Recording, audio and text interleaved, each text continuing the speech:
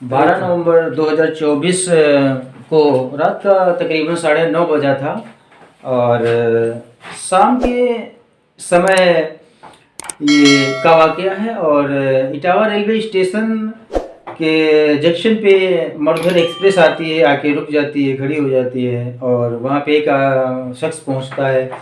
वो मरुधर एक्सप्रेस का जो इंजन होता है उससे कभी आगे, कभी पीछे, कभी दाएँ, कभी बाएँ। जब ऐसे वो क्रियाएँ कर रहा था तो उस पे नज़र, जो वहाँ पे खड़ा हुआ एक लोको पायलट होता है, उसकी नज़र पड़ती है उन पे।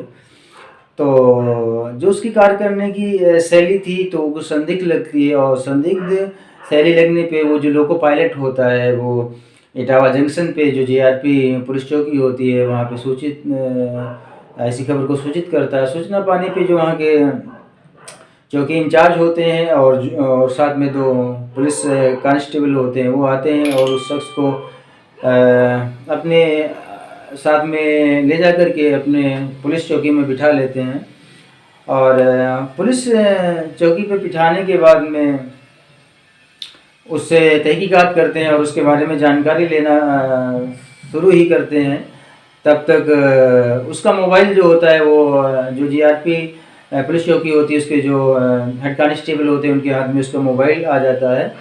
और मोबाइल हाथ में लगने के बाद में वो देखते हैं कि इसके व्हाट्सएप स्टेटस पे एक पिक्चर लगी होती है, एक इमेज लगी होती है और उस इमेज पे 4 लोगों की फ़ोटोज़ होती हैं, जिसमें एक महिला होती है जिसकी उम्र तकरीबन 50-55 साल के करीब रही होती है और एक लड़की होती है जिसकी उम्र 22 साल के करीब होती है और एक लड़की होती है जो 17-18 साल के करीब रही उसकी उम्र होती है और उसमें एक लड़का होता है जिसकी उम्र तकरीबन 12 साल के करीब होती है। तो इनकी पिक लगी होती है और पिक के नीचे एक मोटे-मोटे अक्षरों में लिखा है कि अब ये सब लोग इस दुनिया में नहीं रहे। और ऐसा स्टेटस देखने के बाद में जब पुलिस उससे पूछताछ करती है तो एक ऐसी जानकारी सामने निकल के आती है, एक ऐसा वाक़या सामने निकल के आता है कि उसको सुनने के बाद में आप सब लोगों के दिल में भी एक सिरहन टाइप की पैदा हो जाएगी और आप सब लोग ये सोचने पे मजबूर हो जाएंगे कि एक पिता जो अपने बच्चों को जन्म देता है, उनकी परवरिश में अपनी सारा अपना जीवन गुजार देता है और तरह तरह की यातनाएं, पीड़ाएं, कष्ट झेलता है अपनी संतान को पालने के लिए, अपनी संतान को अपने से कहीं ज़्यादा आगे बढ़ाने के लिए। और एक पिता ही क्या अपने संतानों के बारे में ऐसा जघन्य, ऐसा घिनौना अपराध है जिसको कत्लेआम कहते हैं, इस प्रकार का अपराध वो कर सकता है। तो मित्रों नमस्कार, शास्त्रीय गाल, आदाब, गुड इवनिंग। मैं मुकेश मिश्रा। मित्रों मेरे इस न्यू एपिसोड में आप सभी लोगों का बहुत बहुत हार्दिक स्वागत, अभिनंदन और आपके स्वर्णिम भविष्य की ईश्वर से कामना। मित्रों आज की जो सच्ची घटना मैं आपको बताने जा रहा हूँ, ये सच्ची घटना उत्तर प्रदेश के एक अंतर्गत एक ज़िला आता है जिसका नाम इटावा पड़ता है। और इटावा ज़िला के जो उसकी मेन कोतवाली होती है, कोतवाली के अंतर्गत ही आने वाला एक गांव होता है शाहपुरा एक मोहल्ला होता है, उसमें मुकेश वर्मा नाम का एक शख्स रहता है जिसकी उम्र तकरीबन 55 साल के करीब होती है और उसकी पहली शादी सन 2003 में होती है। झांसी की रहने वाली एक लड़की होती है जिसका नाम नीतू होता है, उसके साथ में शादी होती है और शादी होने के 1 साल बाद में उसके एक पुत्री का जन्म होता है। और पुत्री का जन्म होने के बाद में जो दाम्पत्य जीवन है बहुत अच्छी तरह से गुजर रहा था और खुशियों के साथ में उसका जीवन कट रहा था। लेकिन 1 साल होने के बाद में उसको पता चलता है कि उसकी जो पत्नी नीतू है उसको एक भयानक बीमारी है जो लाइलाज होती है, वो कैंसर बीमारी होती है। और कैंसर जब अपने लास्ट स्टेज पे होता है तो जिस व्यक्ति को होता है उसके शरीर में एक अपार प्रकार की पीड़ाएं होती हैं, कष्ट होता है उसको, और उसका जो दर्द होता है वो मरीज सह नहीं पाता है। तो ऐसी स्थिति को देखकर ये एक दिन अपने मन में ख्याल विचार करता है कि ऐसा ना हो इसको हम शाम के टाइम नींद वाली गोली दे दें और ताकि इसकी जीवन लीला समाप्त हो जाए। और इस प्रकार से ये एक दिन खाने के साथ में इसको ढेर सारी नींद की गोलियां दे देता है। और गोलियां देने के बाद में होता क्या है, इस की जो औरत पत्नी होती है नीतू, उसकी मौत हो जाती है। और मौत होने के बाद में फिर इसके जो परिवार के सदस्य होते हैं वो इसका काफ़ी सपोर्ट करते हैं, क्योंकि उस समय ये अकेला रह जाता है। और साथ में इसका समय पास करने के, समय कटने के लिए केवल इसकी एक बेटी थी। तो जाहिर सी बात है, जब ये अकेला होता है तो इसके परिवार के लोग सोचते हैं कि इसकी दूसरी शादी करा दी जाए। हाँ, और इसी बीच में कुछ पैसा इकट्ठा करके जो ये इटावा कोतवाली होती है उसी के पड़ोस में ये गल्ला मंडी एक मोहल्ला पड़ता है, उसमें दुकान एक किराए पे ख़रीद लेता है। और दुकान खरीदने के बाद में उसमें एक स्वर्णकार का काम करता है, सराफा का काम करता है।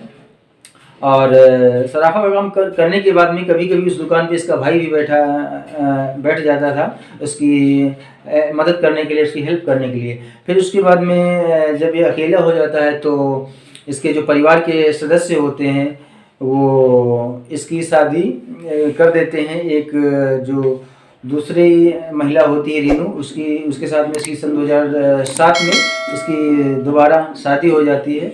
और शादी होने के बाद में ये दूसरी वाली जो पत्नी इसकी होती है रीनू, उससे भी 2 बच्चे इसको होते हैं। एक लड़की होती है जिसका नाम काव्या होता है और एक लड़का होता है जिसका नाम अभिष्ट होता है। तो शादी होने के बाद में जाहिर सी बात है, इनका दाम्पत्य जीवन बहुत अच्छी तरह से व्यतीत हो रहा था, इनका जीवन कट रहा था। लेकिन एक दिन होता क्या है, ये बात 2019 की है। ये पति पत्नी और बच्चों के साथ में एक मिलकर एक प्लान बनाते हैं मथुरा के वृंदावन जाने के लिए, और वहाँ पे दर्शन करने के लिए जाते हैं। तो जब वहाँ पे दर्शन करने के लिए जाते हैं तो वहाँ पे एक इनको महिला मिलती है, उस महिला से इनकी मुलाकात होती है। और उस महिला का नाम होता है स्वाति सोनी।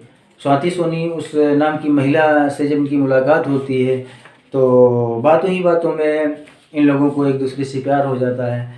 और प्यार होने के बाद में ये व्यक्ति जो मुकेश वर्मा होता है, अपने जो इसकी पहली पत्नी होती है रेनू, उनसे इसकी जो दूरियां होती हैं, जो नज़दीकियां होती हैं, वो दूरियों में तब्दील होने लगती हैं।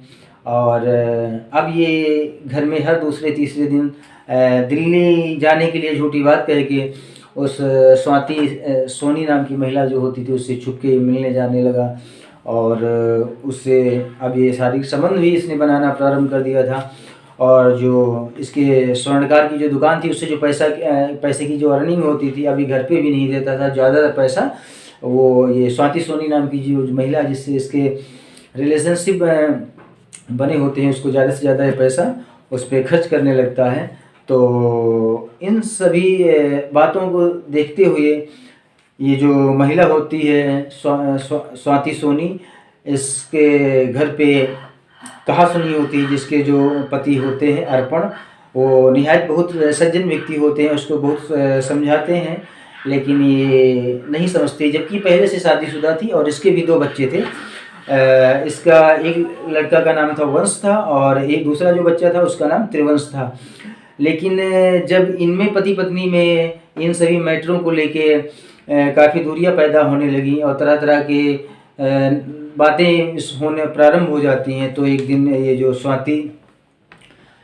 सोनी नाम की ये महिला होती है अपने पति को छोड़ के अपने मायके कानपुर ये चली आती है। कानपुर में एक पुलिस स्टेशन पड़ता है बर्रा, और बर्रा के पड़ोस में ही एक मोहल्ला पड़ता है खाड़ेपुर। तो खाड़ेपुर में ये रहने लगती है और उसी खाड़ेपुर में ये जो मुकेश वर्मा नाम का जो व्यक्ति होता है जिससे इसका प्रेम प्रसंग होता है, ये वहाँ पे जाके एक दुकान लेता है। दुकान पे सराफे का काम करना प्रारंभ कर देता है और कभी कभी उस दुकान पे मुकेश वर्मा भी बैठता था, लेकिन ज़्यादातर उस दुकान पे टाइम ये स्वाति सोनी नाम की जो महिला होती है ये टाइम वहाँ पे देती थी। लेकिन जब इन सभी चीज़ों की जानकारी इसकी जो पहली पत्नी होती है रेनू, उनको पता चलती है, तो जाहिर सी बात है, एक कहावत है, एक माँ बहन सब कुछ बर्दाश्त कर सकती है लेकिन अपने बिस्तर पे पराए मर्द को बर्दाश्त नहीं कर, पराई स्त्री को बर्दाश्त नहीं कर सकती है। तो ठीक इसी प्रकार का नज़रिया उस औरत के मन में आने के बाद में वो एक दिन कहती है मुकेश शर्मा से कि अगर जो आप अपनी इन जो भी आपकी गंदी आते हैं इनको आप छोड़ोगे नहीं, लेफ्ट नहीं करोगे, तो जाहिर सी बात है फिर हम जितने भी हम बच्चे हैं इनके बच्चों के साथ में ही हम सब लोग जहर खा लेंगे, जहर खा करके अपनी अंतिम लीला समाप्त कर देंगे। तो जब ये वो ऐसी बात कहती है तो ये 10-15 दिन 1 महीने के लिए तो ऐसे काम नहीं करता और उस महिला से मिलना जुलना बंद कर देता है। लेकिन 1 महीना के बाद में फिर इसकी प्रक्रिया पहले जैसी हो जाती है। उस स्वाति सोनी नाम की महिला के साथ में जाके मिलना, उसके साथ में बैठना और अपने जो दिन भर की कमाई होती है वो उसके परिवार पे खर्च करना।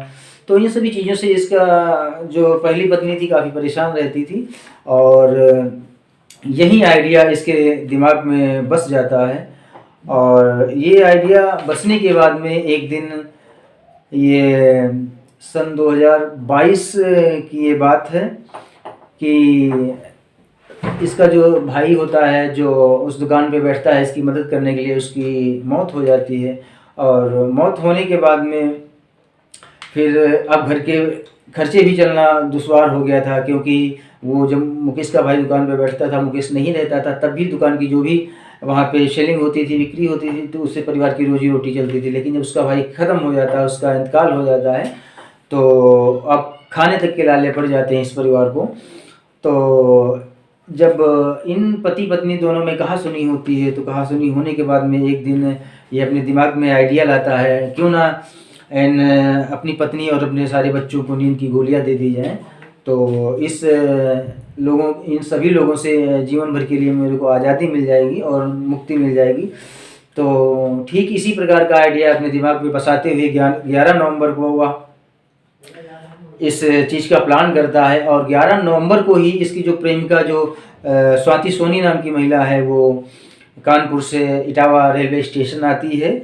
शताब्दी एक्सप्रेस से ये आती है इटावा, क्योंकि 11 नवंबर को ये स्वाति सोनी और मुकेश वर्मा का प्लान राजस्थान जाने का था, खाटू श्याम के दर्शन करने का प्लान था। लेकिन ये फिर जब इटावा रेलवे स्टेशन पे स्वाति आ जाती है, तो फिर ये उसको फिर रोडवेज बस के द्वारा ले जा कर के उसको वापस कर देता है।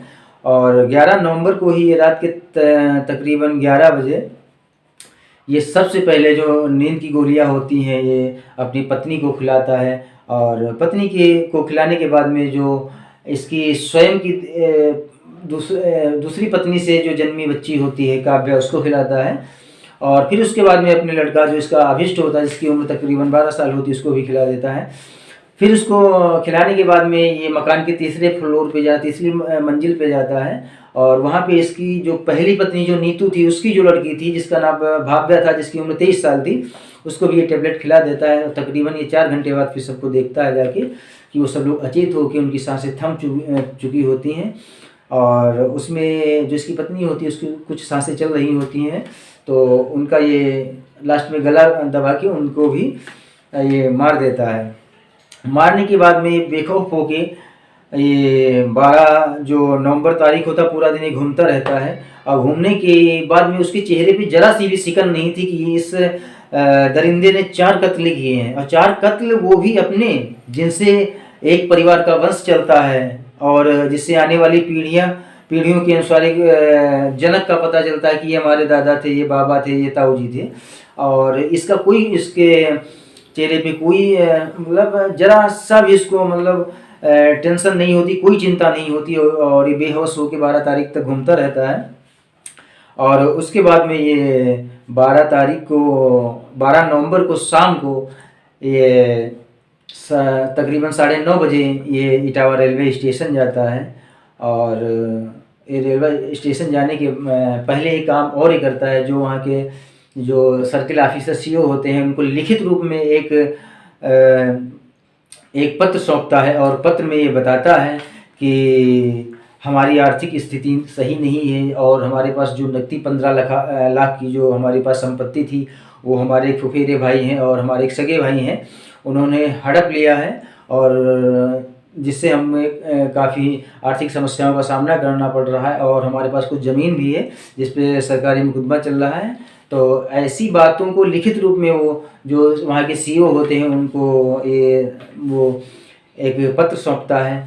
तो पत्र जब सौंपने के बाद में वो इंक्वायरी के लिए आते हैं, तो इंक्वायरी कर ही रहे थे, लेकिन तब तक एक और चौंकाने वाली जानकारी मिलती है कि जब इसके रिश्तेदार और सगे संबंधी वहाँ पे एकत्रित हो जाते हैं, वो पुलिस को बताते हैं कि सर इसमें मेन किरदार तो कोई दूसरा है, जो मेन किरदार है वो स्वाति सोनी नाम की महिला है। फिर उसके बाद में वो जो सीओ साहब होते हैं उनको इसकी सारी कहानी बताई जाती है कि इसका हंसता खेलता परिवार था और ये स्वाति सोनी नाम की जो महिला है, जो कि इसकी जो पहले वाली पत्नी थी स्वाति, जो पहले वाली पत्नी इसकी थी नीतू की ये फूफे ममेरी बहन होती है स्वाति सोनी। और ये सीओ साहब को ऐसी सारी बात बताने के बाद में फिर पुलिस जो इसके फुफेरे एक भाई होते हैं उनको अरेस्ट करती है और इसका जो सगा एक भाई होता है उसको अरेस्ट किया जाता है। और इसके साथ में ये मुकेश वर्मा और इसकी जो प्रेमिका होती है ये स्वाति सोनी, क्योंकि इसके ममेरे छोटे भाई को अरेस्ट करना ये पुलिस की मजबूरी थी, क्योंकि जब कोई व्यक्ति लिखित रूप में एक प्रार्थना पत्र सौंपता है कि इस पुलिस विभाग के आला अफसर को, तो उसकी एक मजबूरी बन जाती है। हालांकि इन सभी चारों आरोपियों को लास्ट में 15 नवंबर 2024 को पुलिस हिरासत में लेके जेल भेज दिया जाता है। लेकिन फाइनल इसमें निर्णय क्या होता है, इसमें कौन से व्यक्ति बरी होते हैं और कौन से व्यक्ति छूटते हैं, वो पुलिस की जो जब फाइनल चार्जशीट लगाई जाएगी उसी के बाद में इन चीज़ों का खुलासा होगा कि उसमें कौन सा व्यक्ति मतलब अपराधी है और कौन व्यक्ति अपराधी नहीं है। लेकिन ये पुलिस का जांच का विषय है और जैसे ही ऐसी कोई सूचना मिलती है इस प्रक्रिया के बारे में, इस वाकया के बारे में, तो आपको एक एपिसोड के बारे में बताकर, एपिसोड के रूप में बताकर जरूर सूचित किया जाएगा। और मित्रों, इस कहानी को आप सभी लोगों का सुनाने का मेरा इरादा ये कतई नहीं है कि आपकी आत्मा को कष्ट पहुँचे, आपको ठेस पहुँचे। इस कहानी को आप लोगों को सुनाने का मेन मेरा उद्देश्य ये है कि आप सब लोग जागरूक रहें, सजग रहें, दूरदर्शी बने, बुद्धिजीवी बने और एक परिवार होने के बाद में भी आप किसी महिला के साथ में नाजायज संबंध बनाना और अपने जीवन की पूंजी उस पर खर्च कर देना, ठीक है, ये सभी अच्छी चीज़ें नहीं होती हैं। 55 साल की उम्र में ऐसी अगर जो हरकतें कोई आदमी करता है तो समझ लो उस परिवार की दशा क्या होगी, उस परिवार के क्या हालात होंगे। एक हंसता खेलता परिवार जिसमें उसका एक बेटा था 12 साल का, एक पुत्री उसकी थी 18 साल की और एक पहली पत्नी से जन्मी एक लड़की थी जिसकी उम्र 23 साल होती है, और स्वयं की वो पत्नी जिसके साथ में अग्निदेव को साक्षी मान के हिंदू समाज में फेरे लेके आदमी उसको जीवन साथी बना के साथ में लाता है। उन चारों का एक निर्दयतापूर्वक ये कत्लेआम कर देता है, एक चरित्रहीनता के कारण एक दूसरी औरत के साथ शारीरिक संबंध बनाने के लिए। तो कितनी नीचता की बातें हैं। तो मित्रों, सभी से यही मेरी गुजारिश है कि अपने परिवार के जितने भी अपने बच्चे, अपने अनुज, अपने ज्येष्ठ, जहाँ तक हो सके सभी लोगों को अच्छी से अच्छी बातें बताएं, कभी भी नैतिकता रूपी जो माहौल उसमें ना पलने दें। और मित्रों, मेरे इस एपिसोड में इतना ही और मिलते हैं नेक्स्ट एपिसोड में, इससे ज़्यादा कहीं यूनिक और अच्छा दिखाने का आपको प्रयास करेंगे। तब तक के लिए आप सभी लोगों को बहुत बहुत शुभकामनाएं और ढेर सारा प्यार, आपके स्वर्णिम भविष्य के लिए कामना। लव यू मित्रों, नमस्कार, जय हिंद, जय भारत।